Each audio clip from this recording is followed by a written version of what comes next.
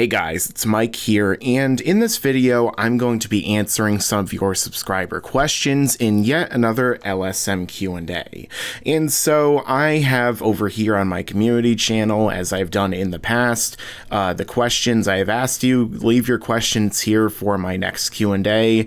And also over here, I like to post certain other questions for you guys to check out. For example, I did a question recently about, did any of you guys visit Camejo Con this weekend? So as you can actually see over here on my channel, I recently uploaded a video discussing my experience at Camejo Con, which if you guys were there or were curious about the convention, I would recommend checking out. And also I have links to videos from my second channel over on Laughingstock Cinema, including my most recent review of Avengers Infinity War, which if you guys saw that movie or you're interested in hearing my thoughts on it, I would definitely recommend checking out. But without further ado, let's get into this Q&A. So the first question on here is from Dub Nation, and I'm going by top comments. You know, sometimes it likes to sort its own way even when I do new comments, so I'm just checking out top comments. Dub Nation says, why don't Goku and Vegeta sit at Korin's tower with a big bag of Senzu beans and repeatedly blast each other to near death before giving the other person a Senzu? Do they not realize the amount of power they can gain? I mean, I think it comes down to, of course, their pride as warriors. They want to actually push themselves, you know, that idea of knowing yourself and defeating yourself as opposed to simply just getting stronger in general. That's why they train. That's why they kind of are at odds with one another, especially on Vegeta's side. You know, that's why they're rivals. It's not just about blasting each other over and over and over again to get stronger.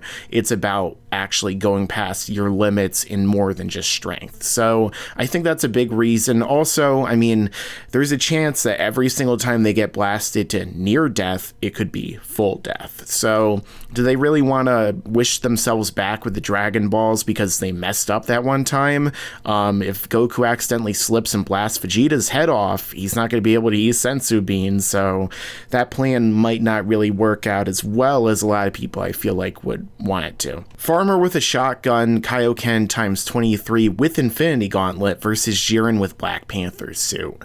Well, honestly, the Infinity Gauntlet is something that lets you warp space, time, reality, everything like that. And even if Jaron is super powerful, I'm not sure his strength and level of ki alone would allow him to overcome something of that nature. You know, he was able to kind of transcend time, but does that mean he transcends reality and all these other things? I mean, I'm not too sure about that. This is more something, the Infinity Gauntlet, that somebody like the Living Tribunal would have to use his power to shut off. You know, I don't think Jiren's quite at that level. Who do you think is older, Hit or Jiren? We have no idea how old Jiren is. Jiren could be 4 years old for all we know. He could just be like Gohan, except, you know, he trained, and that entire backstory was actually just like 4 months ago.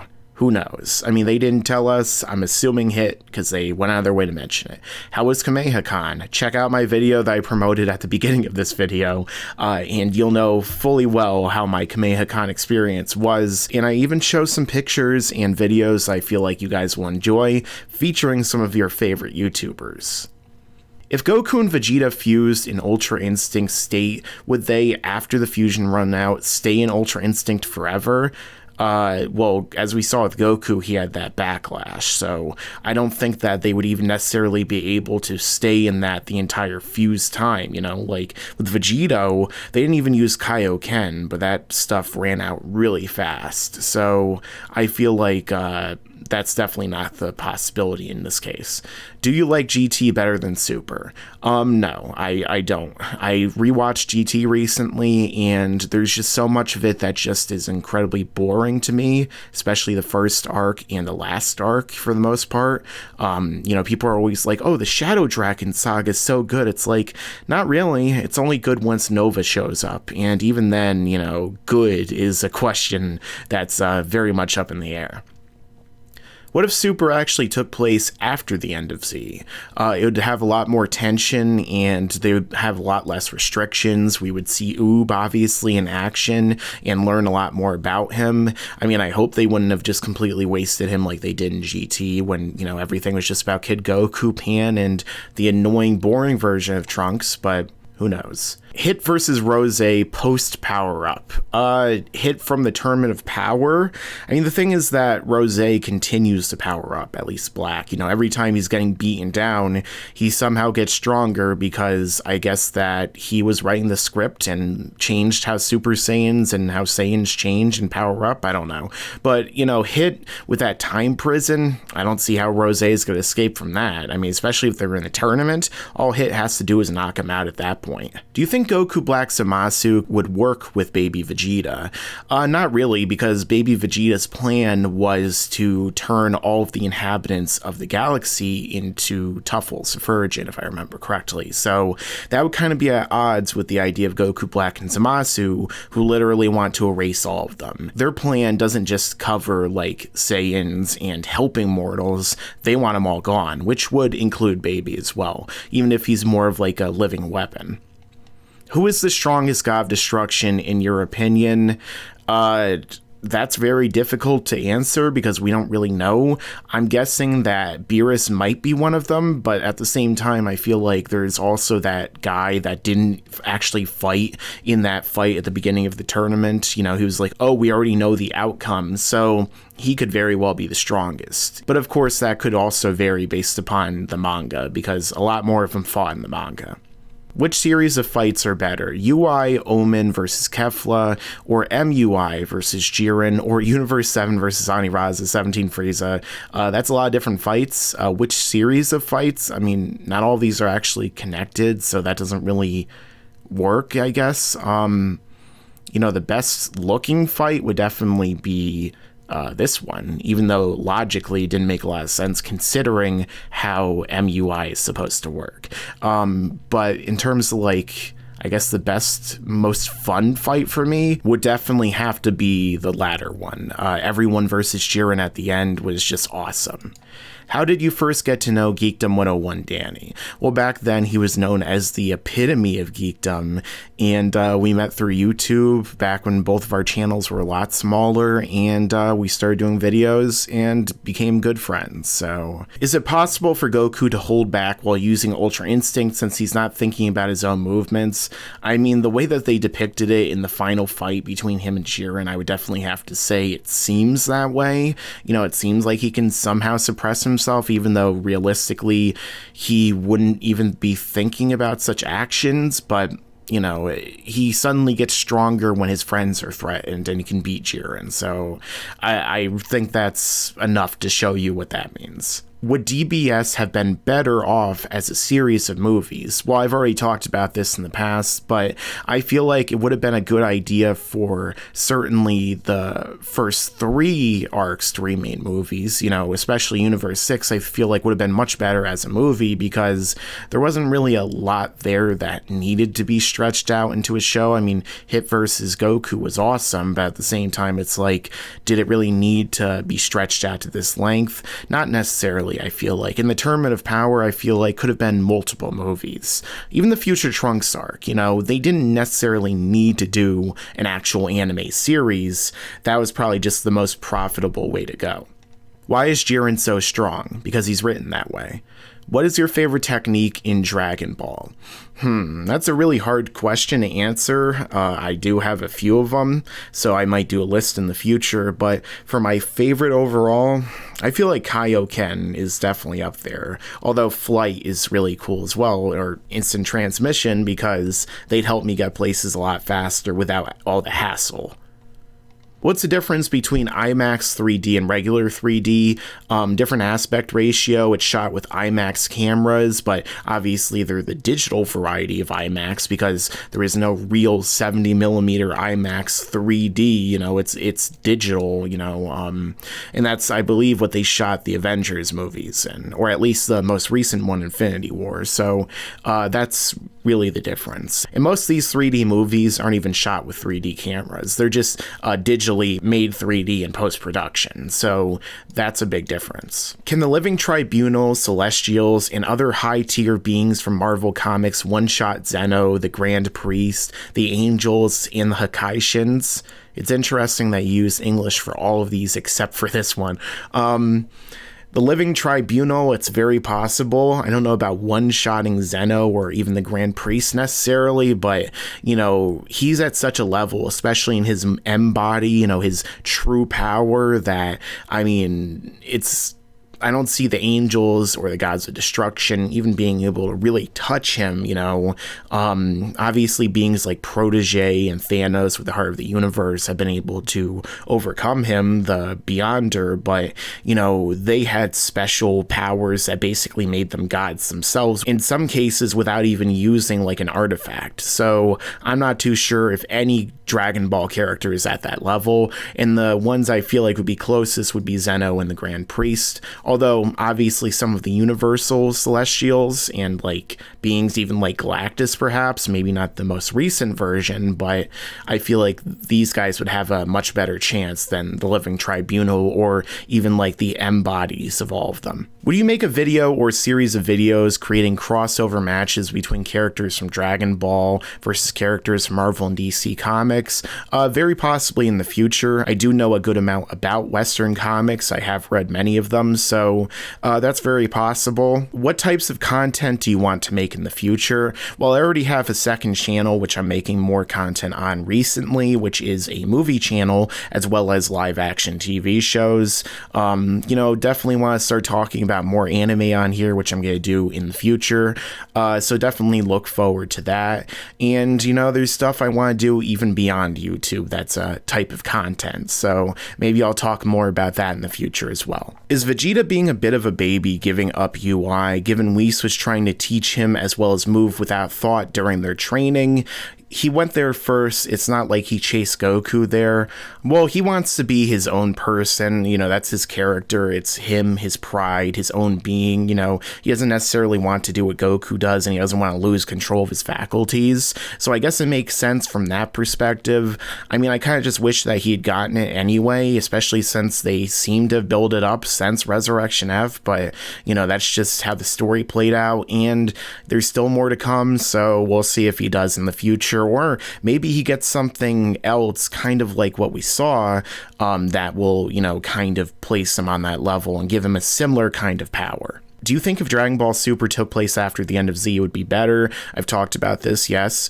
When will old man DBN Josh upload again? He's kind of uploaded on my channel if you count that, but I don't really necessarily know when he's going to upload on his channel.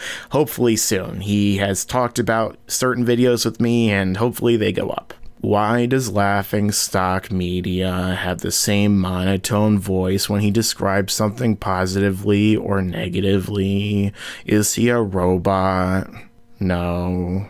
Which do you think is better, the original Dragon Ball Z or Dragon Ball Z Kai? I mean, definitely Dragon Ball Z. Dragon Ball Z Kai or just Dragon Ball Kai is good for, you know, watching the show more quickly. It has some cool remastering. You know, I like Sumitomo's score in the Buu Saga, at least certain tracks. But, you know, I feel like definitely if you're going to watch Dragon Ball Z, you might as well just watch Dragon Ball Z. And if you want the manga, just read the manga. I mean, you could always just skip over the filler anyway. It's not like you have to watch the Garlic Jr. saga or the episode with Bulma and the crab and all that stuff. You could just skip it. It's fine. If you could change one thing in the Dragon Ball franchise except for GT, what would it be?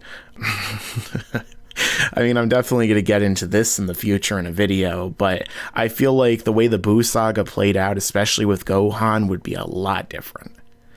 Do you read any other manga books besides Dragon Ball? I've read One Punch Man, Yu Yu Hakusho, Hunter x Hunter, trying to get into reading some others right now. I'll probably let you guys know about them. What if future Gohan went back in time instead of future Trunks? I think that Quaman might have done a video about that, so check that out. What is your favorite insert song from the Dragon Ball franchise? Definitely the one when Gohan goes Super Saiyan 2 in the Japanese.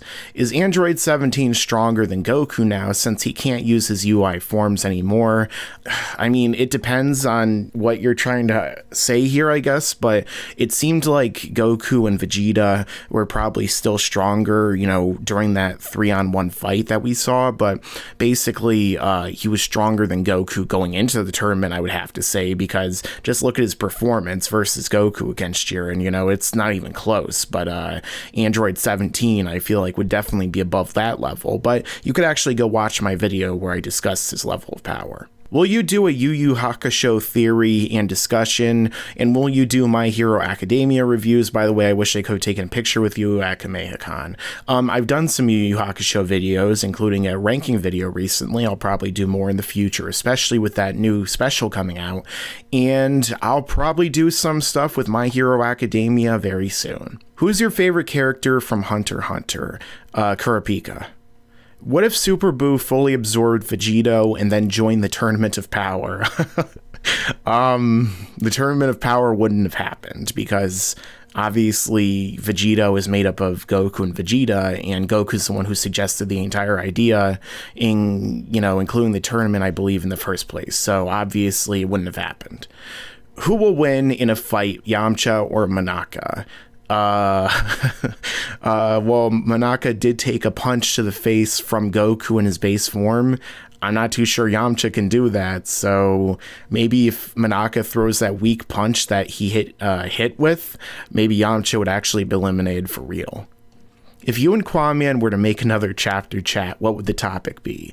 We did make another chapter chat, it just hasn't come out yet. You gotta ask him when it's gonna come out. I even asked him at Camejo Con, but the answer was not very satisfactory. What if the gods were allowed to join the Tournament of Power?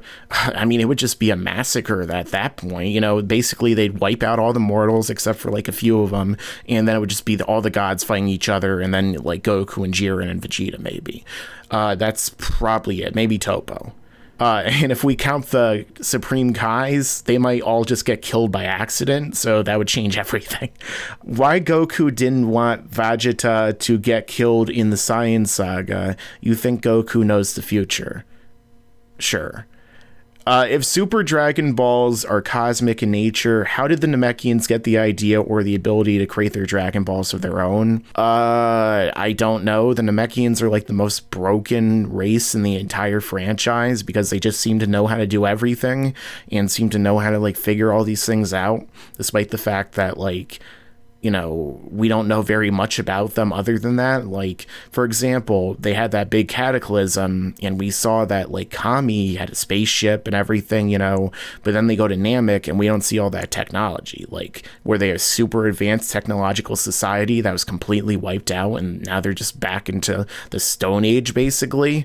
I mean, that's what it kind of seems like. So, let's just say it's in the Namekian Book of Legends. What was the energy Bulma used for time travel, and what could it bring if a fighter could harness it? What was the energy? It was something that she made blue something. I don't see how a fighter can harness it, but maybe they would get powers like Hit. Or maybe they could just travel between timelines. That would be pretty cool.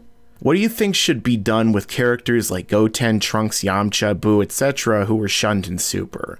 What would you do with them? I'm not a big fan of Goten, Trunks, but I guess I would have them get older and, you know, get more development and, you know, actually see what they're going through instead of just completely ignoring them.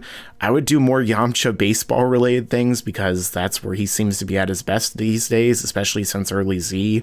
And Buu, there's so much you can do with Buu. I mean, he slept through the whole series basically, so you might as well do something with him in the next one, or at least in the upcoming movies. There's still a lot they can do with him. I just feel like they haven't necessarily known or realized what they should do after the Buu saga. And it's probably because his story was more or less done by then, but again, there's still more they can do, especially if we get to see him and Oob interacting and kind of maybe like learn about more of their combined histories. Maybe they have like a link, you know, there's a lot of things they could do. Which origin story do you prefer, Dragon Ball Minus or Bardock the father of Goku? Definitely Bardock the father of Goku. Dragon Ball Minus is kind of like, I don't know, it's just weird. And you know, I like the Jocko manga, but it just changes a lot of things. And I know obviously most of them weren't in the manga, but, you know, like, it's just really weird how it seems like Toriyama even contradicted some of his own manga there, but that's another story for another time. Can you please bring back the old power scaling videos? I did a video recently scaling 17, so I would check that out. Do you play Smash Bros. Or the Sonic games? I've played all of the Smash Bros. And a lot of the Sonic games. What if Ash actually won a main league championship? The Orange Island saga is filler. Well, yeah, I guess he'd be a better character and more interesting, and I would like the anime a lot more. But it doesn't happen, even though in every single Pokemon game I get to like solo the Elite Four with one really powerful Pokemon. Vegeto Blue versus Jiren. Personally, I think that Jiren would still win based on the feats he showed. I mean, obviously it depends which Vegeto Blue you're talking about, since obviously it's not like it's a static level of power every single arc. But yeah, they made it seem like he's above even Fusion, but they also seem to have made Fusion much weaker in Dragon Ball Super. So it's a mixed bag, but let's just say Jiren for right now if it's from the previous arc. Do you think the unknown mysterious evildoer that killed his parents and his mentor will appear in the new movie? I doubt it. If it was a Saiyan, I feel like we would have definitely found out about that. You know, he would have went full on Broly, but maybe they're saving it for something else because they never explained it. Some people believe that it was actually Belmod who was the one who did it, but, you know, they never said. And why would they drop something like that, especially towards the end, something so big, unless they're trying to build up to something else? Couple more questions. Do you think Gohan will achieve the new ultimate form he spoke about? If so, do you think it will still have God Ki? And what do you think will be different about it when compared to his mystic / ultimate form?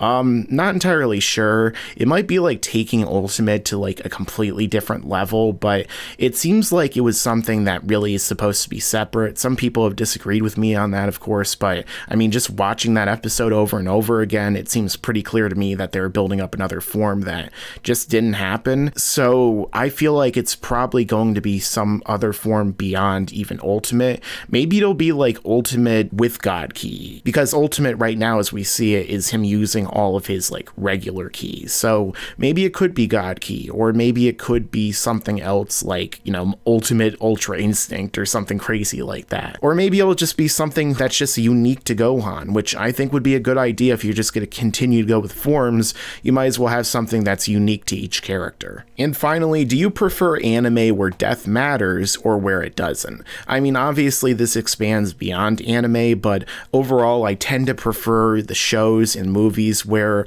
death actually means something, because, you know, if death is irrelevant, then it's really hard to have a lot of tension and a lot of investment in a lot of these actions or the fights or all these things that we're seeing progress throughout the story, because if our characters can never die, never be defeated, then really eventually it just becomes boring. It eventually just becomes something that we enjoy for the appearance, for the animation, for, you know, all of the aesthetic things and all of the surface level ideas, but nothing really beyond that. So I definitely enjoy something where death matters, although there are very few exceptions where it could perhaps be done correctly.